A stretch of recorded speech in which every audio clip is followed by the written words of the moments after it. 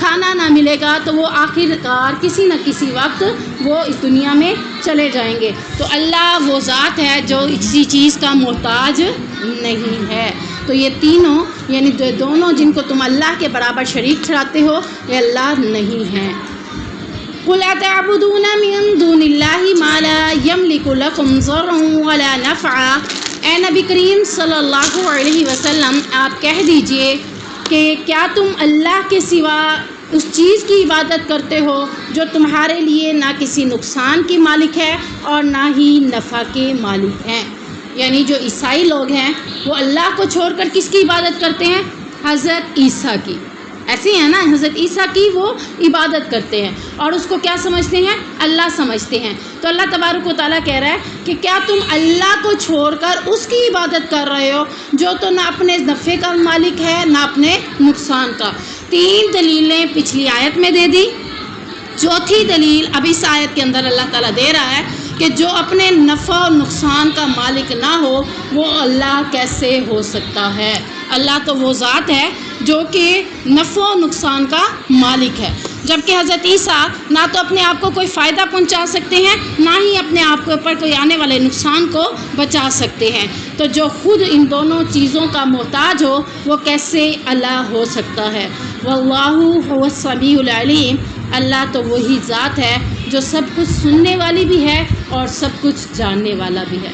یعنی اللہ نے اپنے بارے میں صفتیں بتا دی کہ اللہ سننے والا بھی ہے اور جاننے والا بھی ہے، یعنی وہ جانتا ہے جو تم کہہ رہے ہو، اللہ تمہاری باتوں کو سن رہا ہے، تو وہ اللہ ہو سکتا ہے۔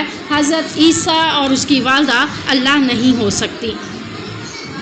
قُلْ يَا أَهْلَ الْكِتَابِ لَا تَغْلُوا فِي دِينِكُمْ غَيْرَ الْحَقِّ وَلَا تَتَّبِعُوا أَهْوَاءَ قَوْمٍ قَدْ ضَلُّوا مِن قَبْلُ وَأَضَلُّوا كَثِيرًا وَضَلُّوا عَن سَوَاءِ السَّبِيلِ۔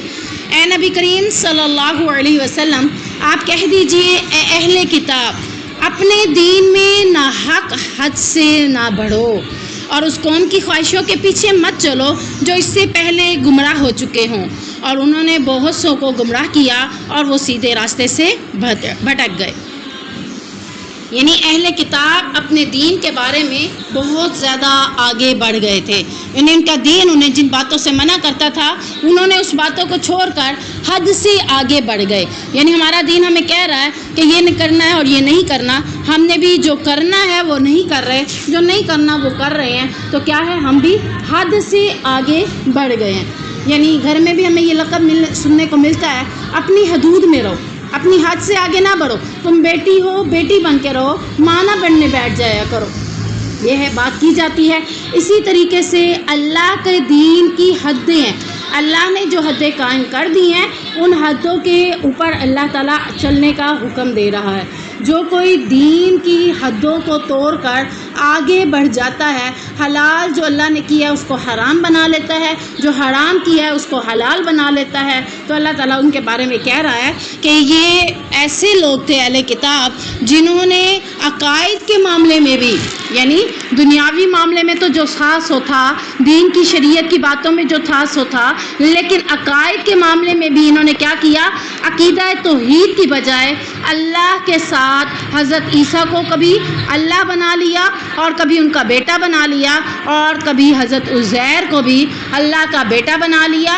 اور یہ اللہ تبارک و تعالیٰ کہتے ہیں کہ یہ دنیا میں نہ صرف دین شریعت میں حد سے آگے بڑھ گئے بلکہ عقائد میں بھی یہ آگے بڑھ گئے، اور انہوں نے اپنے عقیدوں کو بھی خراب کر دیا، اور یہ کہنے لگے عزیر اللہ کا بیٹا ہے، عیسیٰ اللہ کا بیٹا ہے، جبکہ یہ دونوں صرف نبی تھے، اللہ کے بیٹے نہیں تھے۔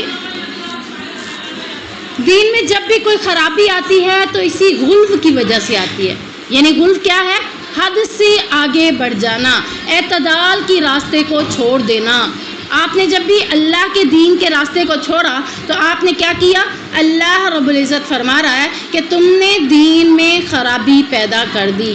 نبی کریم صلی اللہ علیہ وسلم نے فرمایا مجھے اتنا نہ بڑھانا جتنا نصارہ نے ابن مریم کو بڑھایا ہے، میں تو اللہ کا بندہ ہوں، لہٰذا تم میرے متعلق بس یہی کہا کرو کہ اللہ کا بندہ اور اس کا رسول، اس کے علاوہ کوئی اور لقب مجھے نہیں دینا۔ یعنی نصارہ نے کیا کیا تھا عیسیٰ کو اللہ کا لقب دے دیا تھا۔ تو اللہ کے نبی کہہ رہے ہیں کہ تم مجھے اتنا نہ بڑھا دینا جس طرح نصارہ نے اپنے نبی کو بڑھا کر اللہ بنا دیا۔ بس میرے دو لقب ہیں، ایک یہ کہ میں اللہ کا بندہ ہوں اور دوسرا میں اللہ کا رسول ہوں۔ اس کے علاوہ تم مبالغہ آرائی میرے بارے میں نہ کرنا۔ یعنی کچھ لوگ کہتے ہیں نبی کریم صلی اللہ علیہ وسلم غیب کا علم جانتے تھے، تو یہ کیا ہے نبی کے بارے میں؟ مبالغہ آرائی، یعنی اللہ رب العزت نے جو نبی کو معاملے دیے تھے ہم اس سے ان کو زیادہ بڑھا کر اللہ کے قریب کر رہے ہیں۔ جس نے کہا کہ غیب کا علم نبی کے پاس ہے، نبی کریم صلی اللہ علیہ وسلم نے ایک دوسری حدیث میں ان کے لیے فرمایا کہ گویا اس نے مجھ پر جھوٹ باندھا۔ تو یہاں ایک اور حدیث میں آتا ہے کہ نبی کریم صلی اللہ علیہ وسلم نے فرمایا مبالغہ و بے فائدہ مشگافیاں کرنے والے، مشگافیاں سے مراد بال کی کھال اتارنے والے۔ یہ لفظ تو آپ نے محاورہ سنا ہوا ہے نا کہ یہ بال کی کھال نہ اتار دیا کرو، میں نے تو ایک بات ہی کی تھی، تم تو اس کی کھال ہی اتارنے بیٹھ گئے ہو۔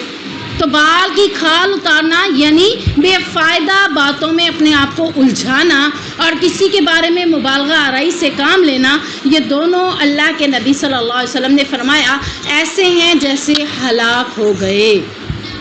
مبالغہ آرائی کرنے والا بھی ہلاک ہو گیا، بے فائدہ گفتگو کرنے والا بھی ہلاک ہو گیا۔ لعن الذین کفروا من بنی اسرائیل علی لسان داود و عیسی ابن مریم، وہ لوگ جنہوں نے بنی اسرائیل میں سے کفر کیا ان پر داؤد اور مسیح ابن مریم کی زبان پر لعنت کی گئی۔ یعنی یہاں اب ان آیات میں خبر دی جا رہی ہے کہ اللہ تعالیٰ نے زمانہ قدیم سے داؤد اور عیسیٰ علیہ السلام کی زبانی بنی اسرائیل کے کافروں پر لعنت بھیج دی۔ یعنی اللہ رب العزت نے ان کے اوپر نبیوں کے ذریعے لعنت کر دی ان کے کفر کی وجہ سے، اور مزید وجہ کیا بتائی کہ انہوں نے اللہ کی نافرمانی کی اور حد سے تجاوز کر گئے۔ اللہ ہمیں منع کر رہا ہے کہ حرام چیزیں نہیں کھانی، اگر ہم حرام کھائیں گے تو کیا کریں گے؟ حد سے تجاوز کر جائیں گے، اور اللہ کی نافرمانی تو سر عام ہو رہی ہے۔ اور انہوں نے مزید کیا کیا؟ انبیاء کو قتل کیا۔ اب آپ دیکھیں کہ اللہ تبارک و تعالیٰ بنی اسرائیل کے گناہ بتا رہے ہیں کہ بنی اسرائیل نے کیا کیا کام کیے جن کی وجہ سے ان کے اوپر داؤد علیہ السلام نے بھی لعنت کی اور حضرت عیسیٰ علیہ السلام نے بھی لعنت کی۔ پہلی بات کیا بتائی کہ انہوں نے اللہ کی نافرمانی کی۔ دوسری بات کیا بتائی کہ انہوں نے حد سے تجاوز کر گئے، دین میں جو بات حلال تھی اس کو حرام کر دیا، جو حرام تھی اس کو حلال کر دیا، اپنی مرضی سے دین کو بدل دیا، حد سے تجاوز کر گئے۔ اور تیسری بات بتائی کہ انبیاء کو قتل کیا اور معاصی کو اپنے لیے یعنی نافرمانی کو اپنے لیے حلال سمجھ لیا، یعنی نافرمانی کے کاموں کو اپنے لیے حلال سمجھ لیا۔ دیکھ لیں کہ ہمارے فنکشنوں کے اوپر جس قسم کے معاملات چلتے ہیں، آپ بتائیں کہ وہ نافرمانی کے کام ہیں یا اللہ کی طرف سے حکم کیے ہوتے ہیں۔ اگزامپل کے طور پر کسی کے گھر کوئی بھی ایونٹ ہے، کسی بھی قسم کا ایونٹ ہے، سب سے پہلے وہاں اس ایونٹ میں اللہ کی نافرمانی کا کام کون سا ہوتا ہے؟ مخلوط محفل۔ مخلوط محفل کہتے ہیں جہاں پر مرد اور عورت اکٹھے کر دیے جائیں، یعنی آپ کے کزنز بھی، آپ کے رشتہ دار بھی، لڑکے بھی اور لڑکیاں بھی اکٹھے اس ایونٹ میں موجود ہیں، کوئی پردے کا خیال نہیں رکھا جا رہا، لڑکوں کے لیے الگ انتظام اور لڑکیوں کے لیے الگ انتظام، یعنی عورتوں اور مردوں کا الگ الگ سیٹ اپ نہیں چلایا جاتا۔ تو یہ کیا کی جا رہی ہے؟ اللہ کی طرف سے نافرمانی کا کام کیا جا رہا ہے۔ پھر اللہ منع کر رہا ہے کہ اس ایونٹ میں خوشی کے موقع پر ضروری نہیں ہے کہ حرام کام تم اپنے لیے حلال سمجھ لو۔ ہمارا کوئی ایونٹ بغیر گانوں کے، بغیر میوزک کے نہیں چلتا۔ بھی کیا ہے، ڈیگ منگوا لو، تھوڑے سے گانے لگا لو، یہ تو مزہ آتا ہے، اسی طرح تو اس ایونٹ کا پتہ چلے گا۔ تو یہ دوسری نافرمانی ہوتی ہے جو ہم اپنے ایونٹس میں کر رہے ہوتے ہیں۔ اور پھر اگر اس ایونٹ کو دیکھا جائے تو وہ ایونٹ خود بذات اللہ کی نافرمانی ہوتا ہے۔ ایونٹ کیا ہے آپ کے گھر میں؟ سالگرہ ہو رہی ہے۔ ایونٹ کیا ہے؟ مہندی کی فنکشنز ہو رہے ہیں۔ ایونٹ کیا ہے؟ مایوں کی رسمیں ہو رہی ہیں۔ یہ سارے اللہ کی نافرمانی کے کام ہیں جن سے اللہ تبارک و تعالیٰ نے منع کرتے ہوئے فرمایا کہ بنی اسرائیلیوں نے جب یہ کام کیے تو ان پر اللہ کی لعنت اتاری گئی، داؤد علیہ السلام کی زبان سے بھی اور حضرت عیسیٰ کی زبان سے بھی ان کی اوپر لعن الذین کہ لعنت کر دی گئی۔ اب ان کے ساتھ ساتھ جب ہم یہ آیت پڑھتے ہیں لعن الذین کفروا کہ اللہ لعنت کرتا ہے کافروں کے اوپر، تو آٹومیٹلی ہم بھی اس بات پہ آ جاتے ہیں کہ ہم بھی ان کے اوپر لعنت والے الفاظ استعمال کر رہے ہیں۔ ذالک بما عصوا وکانوا یعتدون، یہ اس لیے کہ انہوں نے نافرمانی کی اور حد سے گزر گئے۔ کانوا لا یتناہون عن منکر فعلوا، اور وہ ایک دوسرے کو کسی برائی سے جو انہوں نے کی ہوتی تھی روکتے نہیں تھے۔ یعنی ان میں مزید کیا برائی تھی کہ اگر نیک لوگ اس قوم میں موجود بھی تھے تو وہ نیک لوگ گناہ گار لوگوں کو، برائی کرنے والے لوگوں کو منع نہیں کرتے تھے۔ کانوا لا یتناہون، یہاں پر اس بات ام منکر فعلوا کہ جو فعل وہ کر رہے تھے اس سے انکار کرواتے، اس سے منع کرتے، اس کو اس سے روکتے، لیکن انہوں نے اس سے نہیں روکا بلکہ کہتے تھے کہ ہم تھوڑا کر رہے ہیں، ہم تو نیک لوگ ہیں، ہم تھوڑا کر رہے ہیں، بلکہ یہ لوگ جو کر رہے ہیں اس کا وبال انہی کے اوپر ہوگا، ہمارے اوپر نہیں ہوگا۔ جبکہ آپ نے یہ واقعہ سنا ہوا ہوگا کہ بنی اسرائیل میں کئی ایسے لوگ تھے جو گناہ گار تھے اور کچھ نیکوکار لوگ بھی تھے۔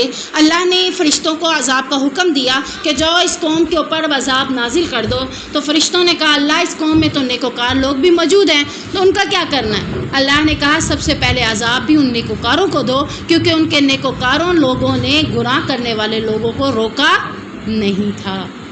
تو یہ ایک فریضہ ہے، یہ ایک کام ہے جو اللہ ہمارے ذمہ لگا رہا ہے کہ کسی کو گناہ کرتے ہوئے دیکھو، کسی کو برائی کرتے ہوئے دیکھو، کسی کو نافرمانی کرتے ہوئے دیکھو، کسی کو غلط کام کرتے ہوئے دیکھو تو لازم اس سے روکو۔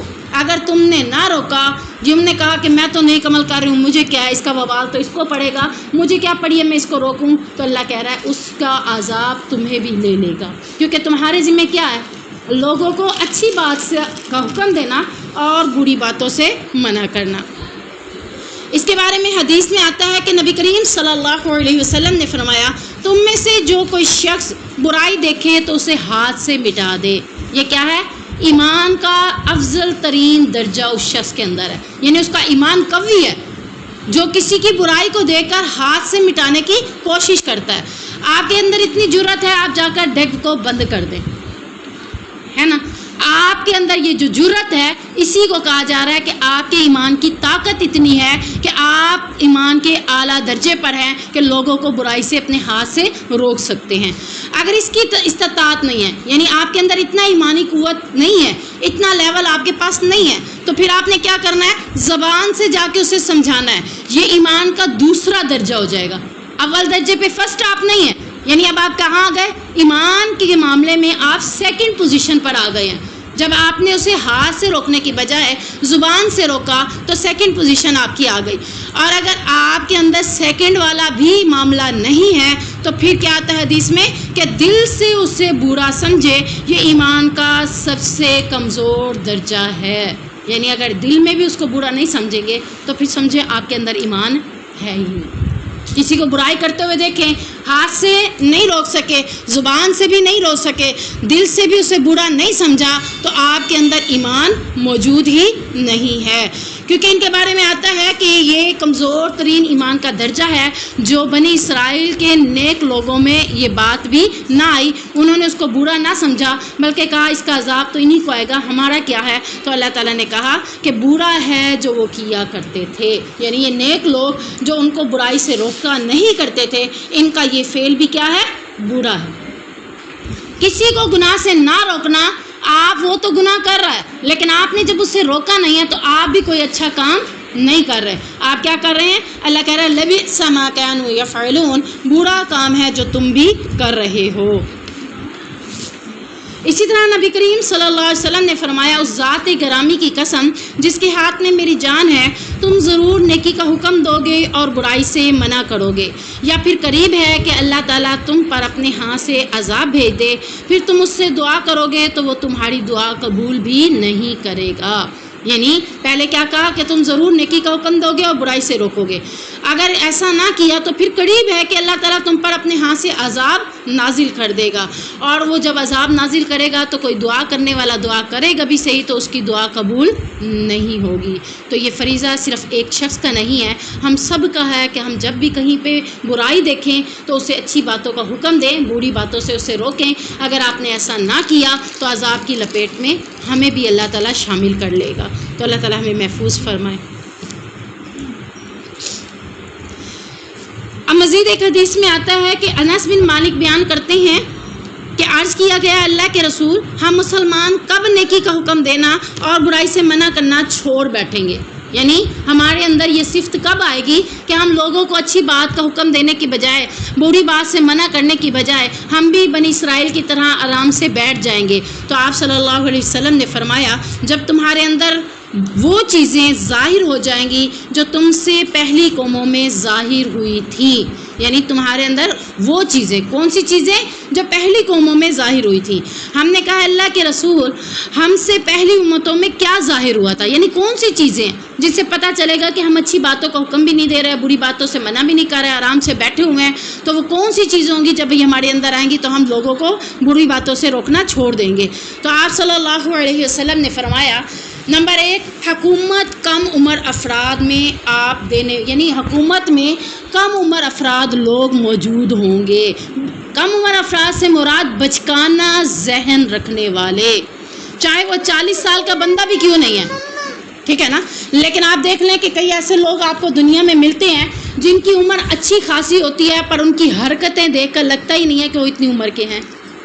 دیکھا ہوا ہے آپ نے، سنا ہوا ہے؟ آپ یہ دیکھو، یہ 18 سال کی ہو گئی، یہ 20 سال کی ہو گئی، یہ 25 سال کی ہو گئی، ابھی تک بچوں والی آتے ہیں، اس کے اندر بچکانا آتے ہیں، بچوں والی حرکتیں نہیں چھوڑا۔ تو اللہ کہہ رہا ہے کہ ایسے حکمران نہیں بنانے جن کے ذہن بچکانہ عمر کے ہوں، جو حقیقت کو سمجھ نہ سکیں۔ اگر تم نے حکمرانوں کی سیٹ پر سوچنے سمجھنے والے لوگوں کو نہ بٹھایا، بچکانہ ذہن والے لوگوں کو بٹھا دیا، تو پھر تمہارے اوپر یہ معاملہ ہو جائے گا کہ تم اچھی باتوں سے منع کرنا، اچھی باتوں کا حکم دینا اور بری باتوں سے منع کرنا چھوڑ دو گے، آرام سے بیٹھ جاؤ گے۔ اب آپ دیکھ لیں کہ ہمارے حکمران جو بھی کام کر رہے ہیں کون سا اچھا کر رہے ہیں؟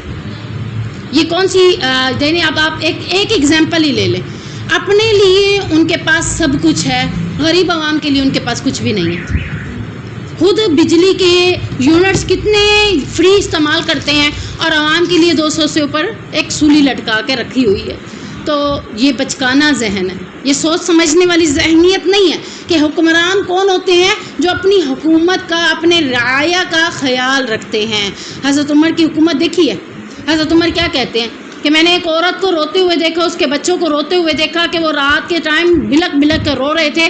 میں نے دروازہ کھٹکایا کیونکہ بھیس بدلا ہوا تھا، پوچھا کیا مسئلہ ہے؟ کہا کہ میرے بچے کئی دنوں سے بھوکے ہیں اور میں ہنڈیا میں ایسے ہی چمچ ہلا رہی ہوں، کچھ بھی نہیں ہے، بچوں کو تسلی دینے کے لیے تاکہ بچے سو جائیں۔ کہا تم نے اس وقت کے حکمران عمر سے بات کیوں نہیں کی؟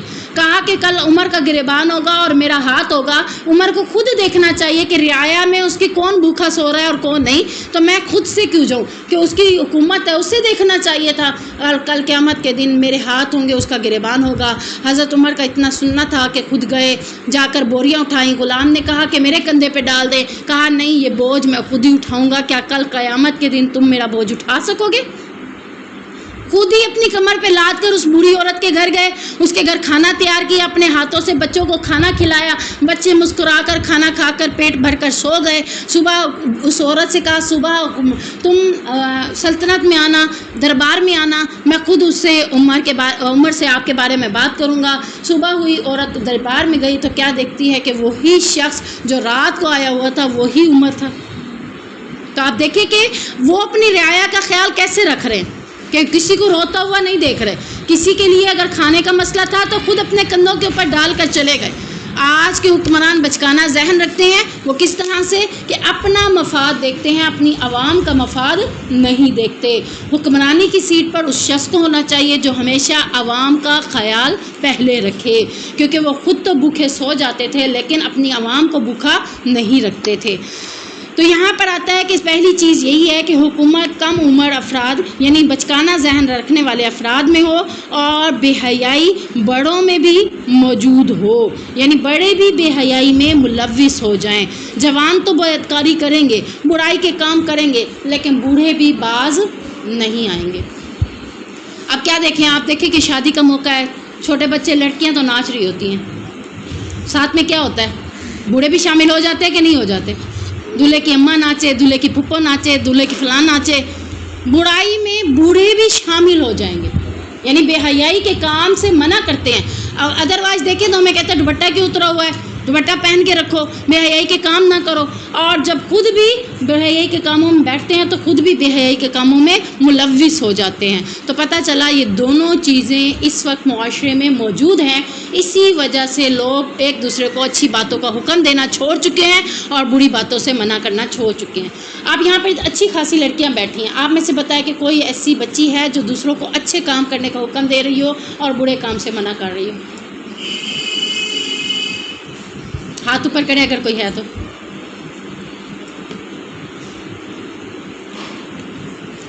آپ اندازہ کریں کہ یہ چیز اب ہم حدیث میں کیا پڑھ رہے ہیں کہ چھوڑ بیٹھیں گے۔ چلیں ایک دو، مجھے امید ہے کہ اس کلاس میں ایک دو لوگ ہیں جو اچھی باتوں کو باتیں کر لیتی ہیں اور بری باتوں سے منع کرتی ہیں، اب ہاتھ نہیں کھڑا کر رہی۔ تو بہرحال باقی لوگوں کا آپ دیکھیں کہ آپ لوگ کیوں چھوڑ بیٹھے ہیں، آپ دوسروں کو اچھی باتوں کا حکم دینا اور بری باتوں سے منع کرنا کیوں چھوڑ بیٹھے ہیں؟ آپ نے کبھی کسی کو کہا ہے میں ترجمہ کلاس لیتی ہوں تو آپ بھی آ کے لیں؟ آپ خود کیسے لیتی ہیں یہ تو مجھے پتہ ہے نا، تو آپ دوسروں کو کیسے کہیں گی؟ اگر یہاں پہ کوئی مہندی کی رسم ہو، کوئی گانے بجانے کی رسم ہو، وہاں پہ آپ دوسروں کو بھی ساتھ لے جائیں گی، برائی سے منع کرنے کی بجائے آپ انہیں بھی ساتھ کریں گی، بے حیائی کے کام میں انہیں ملوث کر لیں گی، امی کا بھی ہاتھ کھینچ کھینچ کے لے جائیں گی، اپنی دادی کا بھی ہاتھ کھینچ کے لے جائیں گی، نانی کو بھی لے کے جائیں گی۔ تو یہ معاملے جب ہوئے تو ہم نے آج اچھائی کا حکم دینا اور برائی سے منع کرنا چھوڑ دیا۔ تو فرمایا علم تمہارے ذلیل لوگوں میں، یعنی مزید کیا بتائی تیسری بات، علم تمہارے ذلیل لوگوں میں یعنی بد کردار اور فاسق لوگ علم حاصل کریں گے لیکن وہ بھی اس پر عمل نہیں کریں گے۔ یعنی بہت سے لوگ علم تو حاصل کر رہے ہیں، دین کی باتیں جانتے ہیں، جب ان سے پوچھو وہ کہتے ہیں آپ سے زیادہ ہمیں دین کے بارے میں علم ہے، لیکن عمل وہ بھی نہیں کریں گے۔ تو اللہ سے دعا کیا کرے کہ اللہ تعالیٰ مجھے دین کا علم سیکھنے والا اور اس پر عمل کر کے آگے پھیلانے والا بنا دے، کیونکہ کل قیامت میں یہی چیز آپ کے کام آئے گی، اس کے علاوہ اور کچھ بھی کام نہیں آئے گا، کیونکہ تم میں سے بہتر وہ ہے جو کون کمپلیٹ کرے گا؟ تم میں سے بہتر وہ ہے جو نہیں، جو قرآن سیکھے اور سکھائے۔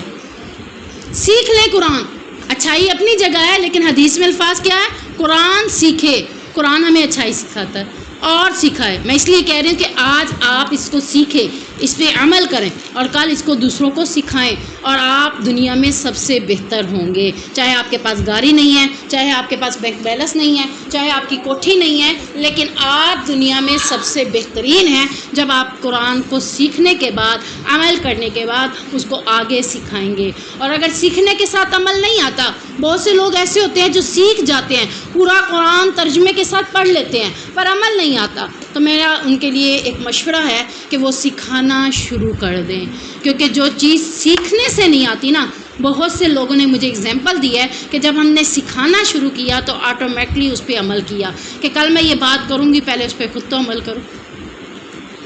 سیکھنے وقت تو یہ احساس نہیں آیا، سکھاتے وقت کیا آیا کہ کل میں نے یہ بات لوگوں کو بتانی ہے تو پہلے اس پہ میں خود عمل کروں۔ تو جس کو سیکھنے کے ساتھ عمل نہیں آتا تو بہت سے لوگوں کو سکھانے کے ساتھ عمل آ جاتا ہے۔ تو یہ دو شعبے اللہ کو بڑے پسند ہیں کہ تم میں سے بہتر وہ ہے جو قرآن سیکھنے والا ہو اور قرآن سکھانے والا ہو۔ تَرَى كَثِيرًا مِّنْهُمْ يَتَوَلَّوْنَ الَّذِينَ كَفَرُوا لَبِئْسَ مَا قَدَّمَتْ لَهُمْ أَنفُسُهُمْ أَن سَخِطَ اللَّهُ عَلَيْهِمْ وَفِي الْعَذَابِ هُمْ خَالِدُونَ۔ تو ان میں سے بہت سوں کو دیکھے گا کہ وہ ان لوگوں سے دوستی رکھتے ہیں جنہوں نے کفر کیا، یقیناً برا ہے جو ان کے نفسوں نے ان کے لیے آگے بھیجا، اللہ ان پر غصے ہو گیا اور عذاب ہی میں وہ ہمیشہ رہنے والے ہیں۔ یہ آیات یہود مدینہ کے بارے میں ہے۔ کہ وہ مکہ کے مشرکین اور مدینہ کے منافقین کے ساتھ دوستی گانٹتے تھے. یعنی تھے کون؟ یہود مدینہ. مدینہ کے اندر رہنے والے یہودی جنہوں نے نبی کریم صلی اللہ علیہ وسلم سے کئی قسم کے معاہدے کر رکھے تھے. مدینہ میں ایسے نہیں رہا گیا تھا. مدینہ سے اللہ کے نبی نے سارے یہودیوں کو نکال دیا تھا، لیکن اگر کوئی یہودی رہنا چاہتے تھے تو ان کے ساتھ کچھ معاہدے ہوئے تھے، جن معاہدے کے بیس پر وہ اس مدینہ کی سرزمین پر رہ رہے تھے. اب انہوں نے کیا کیا؟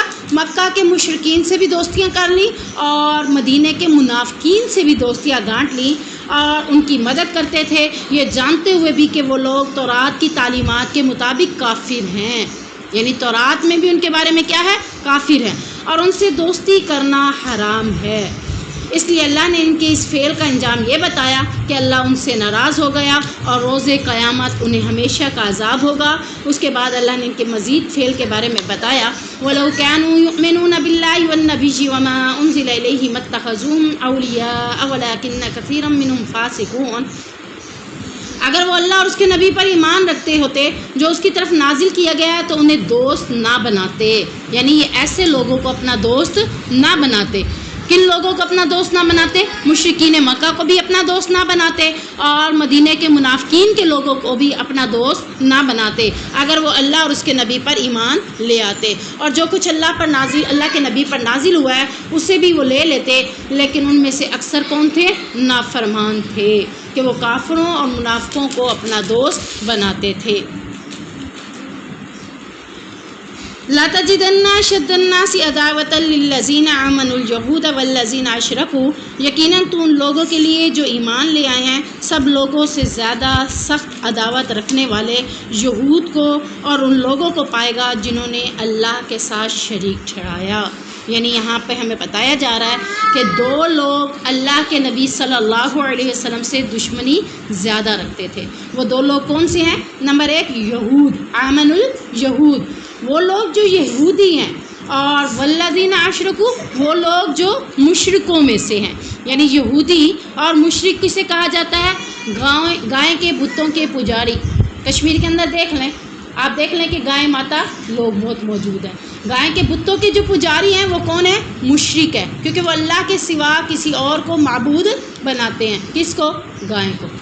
تو کہتے ہیں اللہ کے علاوہ معبود ہمارا کون ہے؟ گائے بھی ہماری لیے ہمارا اللہ ہے. نعوذ باللہ. یعنی وہ عقیدہ رکھتے تھے.